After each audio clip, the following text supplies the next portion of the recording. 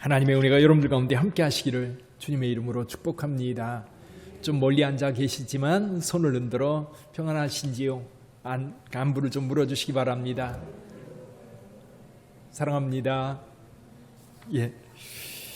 코로나가요, 오늘 아침에도 보니까 오늘 0시 기준으로 1340명 정도 이렇게 나와서 지금 4일째 연속해서 1200명, 1300명으로 계속 진행되고 있습니다. 아마 그동안 여러 차례 이제 유행이 1차, 2차, 3차, 이번에 4차 유행이라고 하는데요. 오히려 이번에는 상당히 많이 이제 확진이 되면서 좀 긴장감을 더하는 것 같습니다. 중요한 것은 개인적으로요, 이 방역 수칙을 잘 지키는 게 중요한 것 같아요. 그래서 이번에 특징은 젊은 사람들, 근데 감염 경로가 어떻게 되는지 잘 몰라요. 50% 정도가 감염 경로가 어디서부터 오는지 잘 모르는데, 그런 경우는 대부분 밀집되어 있는 곳이에요. 그러니까 전철도 그렇고 또 식당도 그렇고 뭐 클럽이라든지 이런 많은 사람들이 모인 곳에서 이렇게 감염되어 가는 것 같아요. 그러니까 여러분 개인적으로 마스크 착용 잘 하시고 또 방역 수칙을 잘 지켜갈 수 있기를 바라요. 가능하면 낯선 사람들 많이 모이는 곳에 좀 조심하면 더 좋을 것 같고요. 어쨌거나 이번 사태도 잘 넘겨야 될 것 같아요. 지금 교회들마다 아우성입니다. 이제 조금 여유가 있어서 사람들이 모이려고 하는데 이게 또 이러니까 또 마음이 흩어져 버리는 거예요. 어쨌거나 여러분 이러할 때일수록 마음을 다잡고 하나님 앞에 굳건하게 서는 저와 여러분들이 되기를 주님의 이름으로 축복합니다. 어느 마을에 나무찜으로 근근히 살아가는 나이 많은 할아버지가 있었습니다.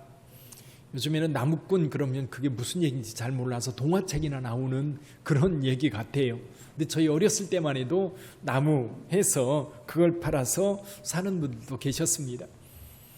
근데 이 할아버지 믿음이 어찌나 좋은지 혼자 살면서도 늘 신앙생활에 힘쓰며 입에서는 늘 찬송이 끊이지 않고 흘러나오는 그런 분이었습니다.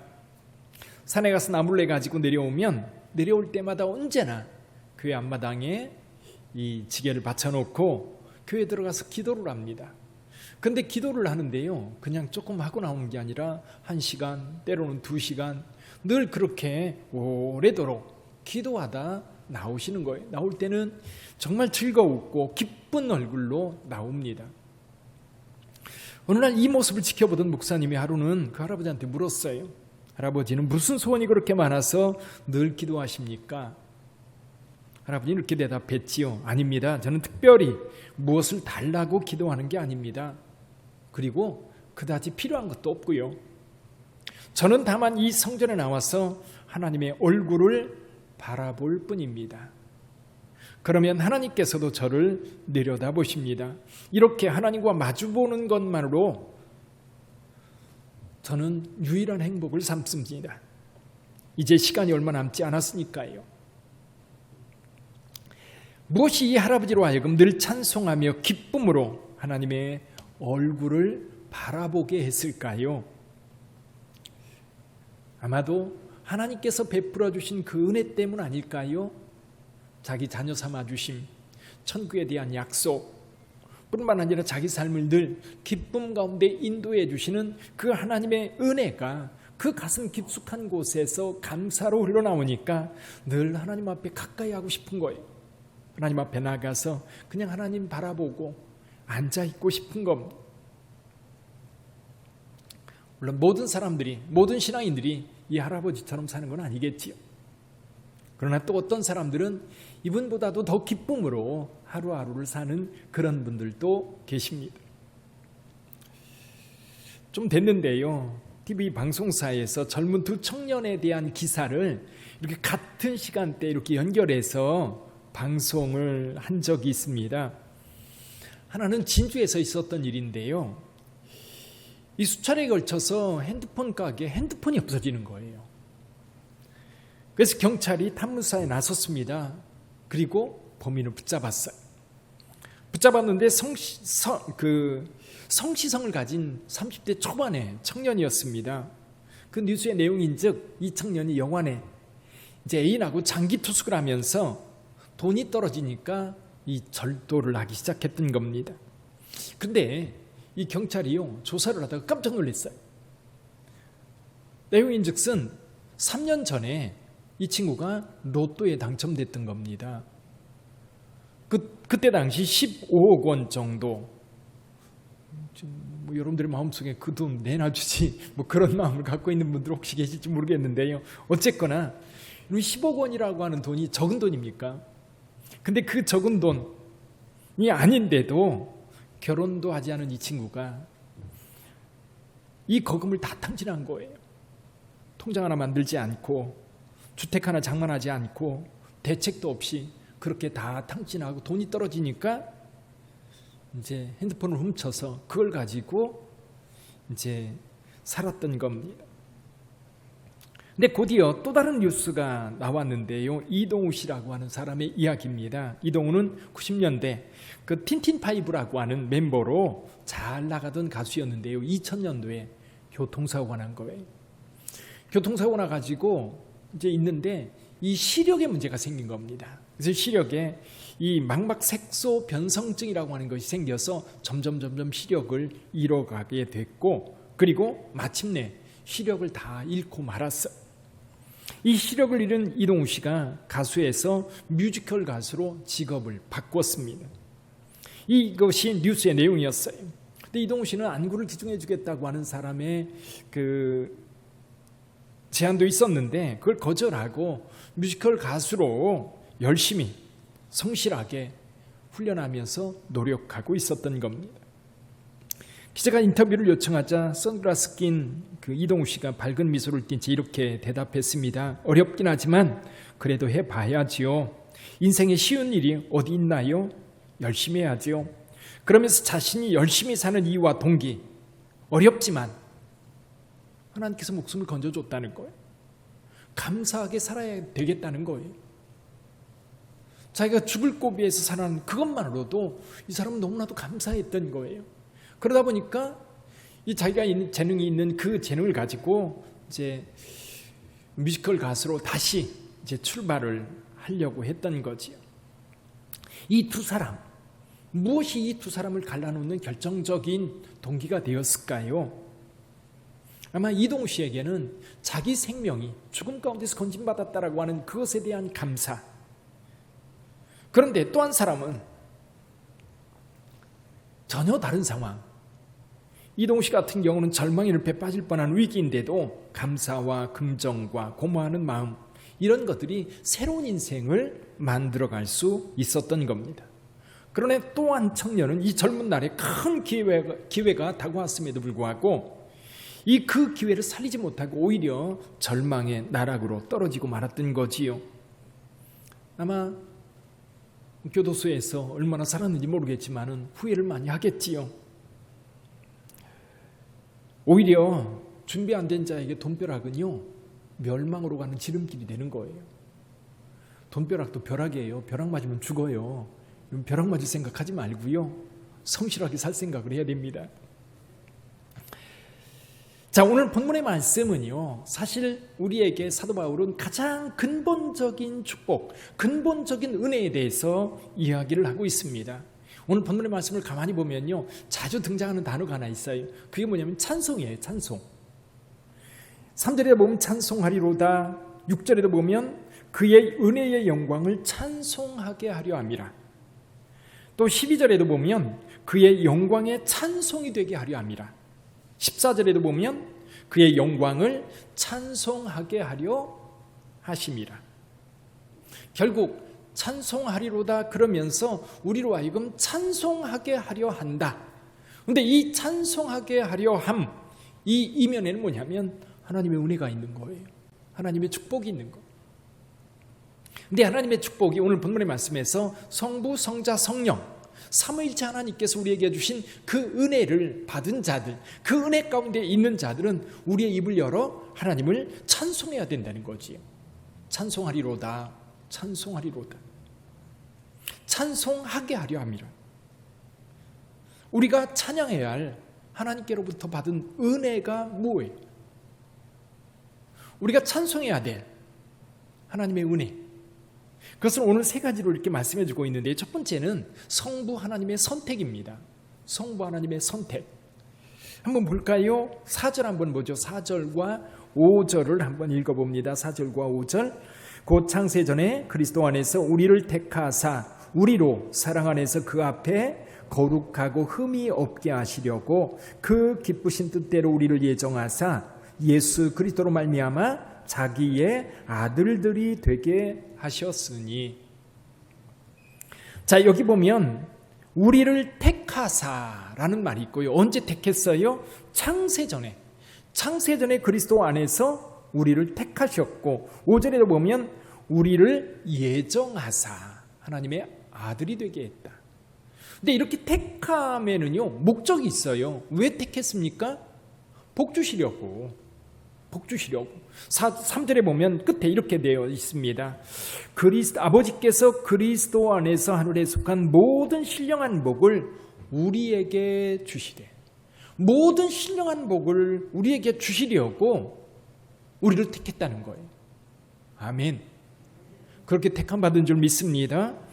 여러분, 선택에는 두 가지가 있는 것 같아요. 내가 선택하는 게 있고요, 선택받는 게 있어요. 저와 여러분들이 세상을 살면서 우리 인생 가운데 사실 상당히 많은 선택들이 있어요. 근데 좋은 선택은 우리의 인생을 좀 복되게 만들고, 잘못된 선택은 우리로 하여금 절망의 나락에 떨어지게 만듭니다. 내가 선택해야 된다고 하는 것은 사실은 내가 책임진다는 말이기도 해요. 그래서 저와 여러분들이 선택을 잘하며 살아야 됩니다. 이 선택하려면 뭐가 필요하냐면요, 꼭 필요한 게 있어요. 그게 뭐죠? 지혜입니다. 지혜. 근데 이 지혜는 하나님이 주시는 거예요. 지식은 내가 노력해서 얻는 거라고 한다면 지혜는 하나님이 주시는 은혜예요. 그래서 야고보서 1장에서 보면 지혜가 부족하거든 후히 주시고 끝있지 아니하시는 하나님께 구하라고 말씀하고 있어요. 이게 결국 하나님 앞에서 지혜를 구하면 그 지혜를 통해서 좋은 선택을 하게 되는 거예요. 여러분, 인생을 한번 돌아보세요. 여러분 정말 잘 선택했다라고 생각되는 것이 있으세요? 한번 그런 부분 나누어 보세요. 내가 그때에 이렇게 선택해서 내 인생 이렇게 길이 열렸다. 또 이런 분들도 계세요. 내가 그때 그 선택 때문에 쫄망했다. 뭐 그렇게 말하는 분들도 계실 거예요. 근데 우리 인생에서 가장 큰 선택이 뭐였어요? 여러분이 선택한 것 가운데 가장 큰 선택, 아마 인간적으로 보면 배우자가 아닐까 생각이 돼요. 근데 배우자는 보니까요, 둘 다 마음이 합해서 사랑해서 결혼한 경우도 있지만 누군가가 먼저 선택해 주거든요. 그래서 선택한 분이 내가 당신을 선택해서 난 너무 행복했다, 그렇게 말하는 분도 있을 거고, 어떤 분은 내가 당신을 선택해서 진짜 인생 피곤하게 됐다. 근데 반대도 있지요. 당신이 나를 선택해 주셔서 정말 감사하다. 당신이 나를 선택하는 바람에 내 인생 이렇게 됐다. 물론 원망하고 불평하는 분들도 계실 거예요. 근데 여러분, 지금이 어쩌겠어요. 그냥 저냥 살아야지. 그렇죠? 하나님께서 내가 알지 못하는 선물을 그 사람을 통해서 주셨을 거예요. 그걸 깨달은 분들은 좀 힘들고 피곤하고 지치지만 그럼에도 불구하고 그를 통해 주신 은혜가 있으면 그런 대로 행복을 찾으며 살아갈 수 있는데, 아직 발견하지 못한 분들은 참 힘들 거예요. 그래도 찾아보세요. 분명히 하나님께서 그를 통해서 내게 주신 은혜가 있을 거라고 봅니다. 같이 살면서 인내했다면 인내의 상을, 그래도 잘 섬겼다면 섬김의 상을, 또 사랑할 만한 구석이 전혀 없음에도 불구하고 사랑하며 살고 있다면 그에 합당한 상급을 하나님이 예비해 놓으셨을 거예요. 그러니까 여러분들이 선택받았든 선택했든 결혼에 대해서는 감사함으로 사시기를 주님의 이름으로 축복합니다. 직장도 선택하고요, 또 이 이사하는 내가 사는 동네도 선택하기도 해요. 직업 선택도 굉장히 중요하고요. 근데요, 이 믿음이 있는 사람들은 지나고 나서 돌아보면 내가 선택한 것 같은데 하나님이 인도하셨다고 고백할 수밖에 없는 경우 사실 많이 있어요. 사랑하는 성도 여러분, 분명히 오늘 우리는 누군가의 선택을 받았는데 그 누군가가 바로 천지를 지으신 성부 하나님이시라는 것. 그 하나님께서 저와 여러분들을 택해 주셨는데 왜 택하셨어요? 택한 이유는 우리에게 복 주시려고. 우리에게 복 주시려고. 여러분들은 하나님의 자녀가 되었다고 하는 이 축복이 얼마나 큰지 깨달아 알아야 되는 거예요. 그리고 그 복, 하나님이 선택하신 그 안에는 하나님이 주신 축복이 있는데 그 복을 여러분들이 찾아서 풍성하게 누릴 수 있기를 주님의 이름으로 축원합니다. 그 복 가운데 두 번째 하나님의 은혜가 뭐냐면 예수 그리스도예요. 오늘 여기 7절부터 12절까지 말씀하고 있는데요. 두 번째 이유는 그리스도를 통해서 우리를 구속해 주셨다는 거예요. 우리를 구속해 주셨다. 근데 왜 구속이 필요해요? 왜 우리에게 이 구속이라고 하는 것이 필요하지요? 여기서 말하는 구속은 우리를 얽매였다라고 하는 게 아니라 얽매임 가운데서 우리를 풀어주었다는 뜻이에요. 죄의 지배 속에서 우리를 해방해 주었다는 거예요. 우리 연약함 가운데서 우리를 해방해 주셨다는 거예요. 우리를 벗어나게 하셔서 우리로 하여금 자유롭게, 우리로 하여금 기쁨으로 살아갈 수 있는 길을 우리 하나님께서 열어놓으신 것. 여기에는요, 모든 사람이 죄를 범하였음에 하나님의 영광에 이르지 못하더라 라는 하나님의 말씀, 그리고 죄의 삭은 사망이라고 하는 주님의 말씀. 여러분, 이 죄인들, 결국 이 죄 때문에 죄의 삭스로 죽을 수밖에 없는 저와 여러분들이에요.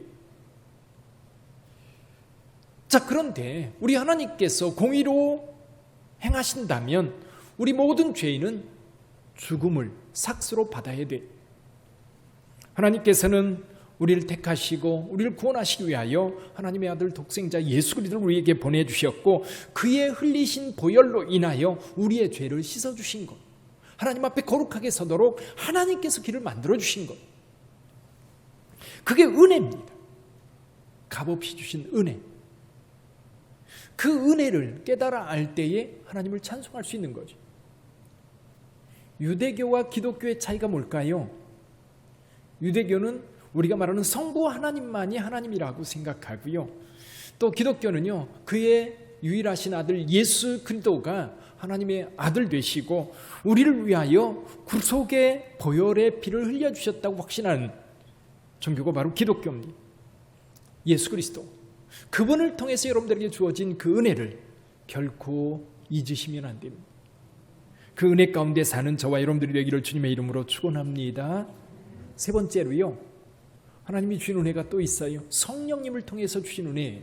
우리 13절 읽어볼까요? 13절, 그 안에 너희도 진리의 말씀 곧 너희의 구원의 복음을 듣고 그 안에서 또한 믿어 약속의 성령으로 인치심을 받았으니 이는 우리의 기업의 보증이 되사 그 얻으신 것을 속량하시고 그 영광을 찬송하게 하려 하심이라. 여기 보면 그 안에서 또한 믿어 약속의 성령으로 인치심을 받았다. 인치심을 받았다. 여러분, 예수 믿으면 가장 먼저 나타나는 현상이 있어요.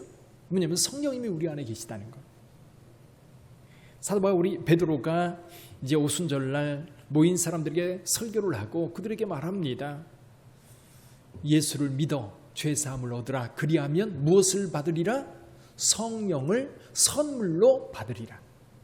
우리가 예수를 주로 고백한다고 하는 것은 우리 안에 성령님께서 계시기 때문에 우리가 그 고백을 할 수 있는 겁니다.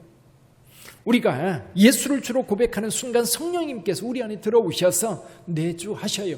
우리 안에 내주하신다는 이 사실 자체가 우리가 하나님의 은혜 안에 있다는 것, 우리가 예수를 통해서 하나님의 자녀 되었다는 것, 죄사함 받았다는 것, 영생을 약속받았다는 것, 하나님의 백성으로 살고 있다는 것을 확증해 주는 것. 그래서 성령으로 인치심을 받았다. 이 성령이 우리 안에서 말씀해 주는 거예요. 당신은 하나님의 자녀입니다. 당신은 죄사함 받았습니다. 당신에게는 영생이 있습니다. 이 성령의 인치심 도장 찍어 주심이에요. 자, 그렇다면 오늘 여기 성부 하나님을 통해서 우리가 선택받았고요, 성자 예수 그리스도를 통해서 우리가 구속받았어요. 성령의 은혜를 통해서 우리는 하나님의 자녀됨, 구속받음, 영생을 약속받음 등 여러 가지 하나님의 자녀로서의 복받음에 대해서 성령께서 인정해 주십니다. 결론이 뭐예요? 우리로 하여금 하나님을 찬양하게 하시려. 하나님을 찬양하게 하시려. 여러분 어떻게 하나님을 찬양하세요? 물론 우리가 찬송가로 하나님을 찬양할 수 있습니다. 또 어떤 방법으로 여러분들은 하나님을 찬양하세요? 그 은혜가 있는 사람들은요, 사실은 늘 하나님을 찬송하며 살거든요. 대표적인 찬양 방법 가운데 하나가 예배예요. 예배. 하나님 앞에 모여서 우리 성도들이 같이 입을 모아 찬양하고 하나님의 말씀 듣고 기도하고 성도 간의 교제를 나누면서 하나님의 은혜를 기쁨으로 나누는 것. 예배가 우리 하나님께서 받으실 가장 큰 찬양인 줄 믿습니다. 또 한 가지는 예배자들은요, 하나님의 은혜가 있기 때문에 늘 기쁨이 있어요. 여러분 크리스찬이라면, 예수 믿는다면 짜증내지 마세요. 우리 가요 가운데 그런 거 있죠. 짜증은 내어서 뭘 하나. 그렇죠? 맞는 말이에요. 짜증내지 마세요. 행복하게 사셔야 됩니다.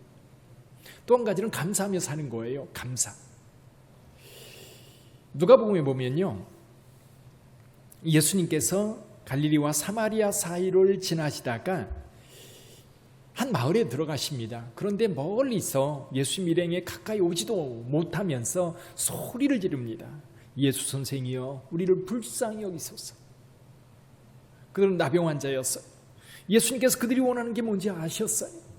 그래서 너희 몸을 제사장에게 가서 보여라.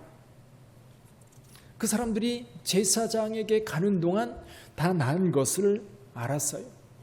이 나병에서 고침받았다라고 하는 이것은 여러 가지 의미가 있습니다. 몸이 성하게 되었다는 의미도 있지만 또 사회적으로, 사회 일원으로 같이 어울려 살 수 있는 기회가 주어졌다라고 하는 것이기도 해요. 왜냐하면 나병에 걸리면 격리거든요. 무조건 격리. 동굴이라든지 마을에서 격리되어서 살 수밖에 없는데, 또 한 가지는 뭐냐면 하나님 앞에 나갈 수 없어요. 나병은 하나님께서 징벌로 주신 병이라고 생각했었거든요. 나았다는 얘기는 하나님 앞에 나갈 수 있는 길도 열렸고, 사람들과 어울려 살 수 있는 기회도 열렸고, 그리고 건강하게 살 수 있는 길도 열렸던 거예요. 얼마나 행복했겠어요. 전부 다 날뛰면서 자기 집으로 달려갔을 거예요. 근데 단 한 사람이 누구한테 와요? 예수 그리스도께 옵니다. 와서 예수님 앞에 무릎 꿇고 뭘 하느냐면 감사를 드려요. 다른 게 아닙니다. 감사드려요. 근데 그 모습을 보면서 예수님께서 이렇게 말씀하셔요.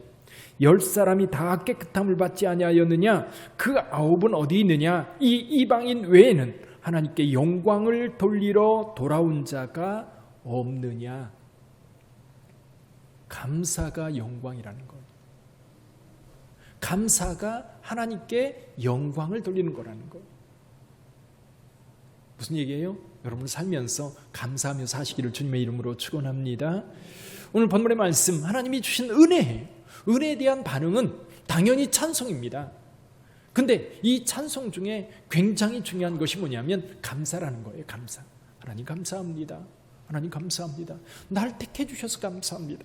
내게 구속의 은혜를 주셔서 감사합니다. 내게 영생의 약속을 주셔서 감사합니다. 성령께서 늘 함께 하시니 감사합니다. 나를 인쳐 주시니 감사합니다.